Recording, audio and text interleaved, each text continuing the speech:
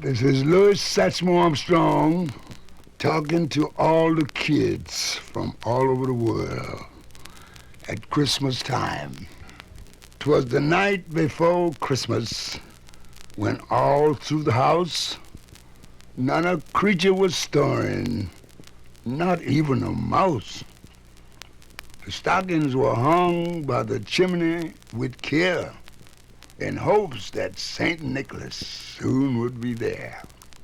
The children were nestled all snug in their beds, while visions of sugar plums danced in their heads. And Mama in her kerchief and I in my cap had just settled our brains for a long winter's nap. Well, out on the lawn there arose such a clatter, I sprang from my bed to see what was the matter. Away to the window I flew like a flash, tore open the shutters and threw up the sash. The moon on the breast of the new-fallen snow gave a luster of midday to objects below, when what to my wondering eyes should appear but a miniature sleigh and 8 tiny reindeer, with little old driver so lively and quick, I knew in a moment it must be Saint Nick. More rapid than eagles, his coursers they came, and he whistled and shouted and called them by name.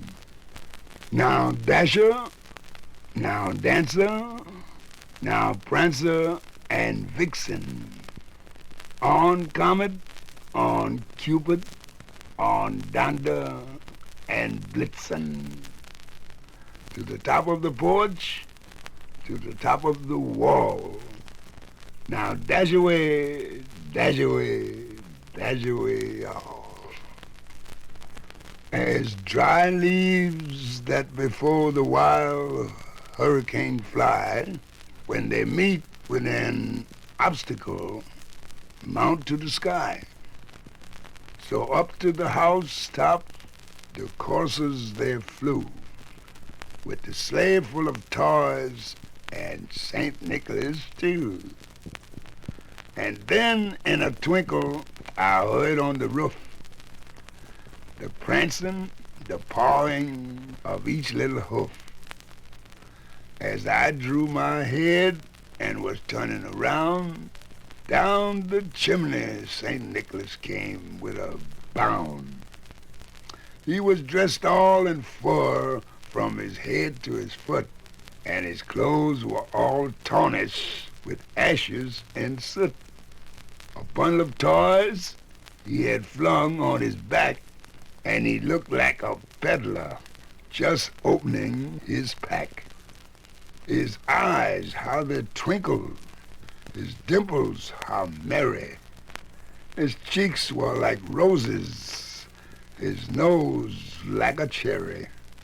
His droll little mouth was drawn up like a bow, and the beard on his chin was as white as the snow.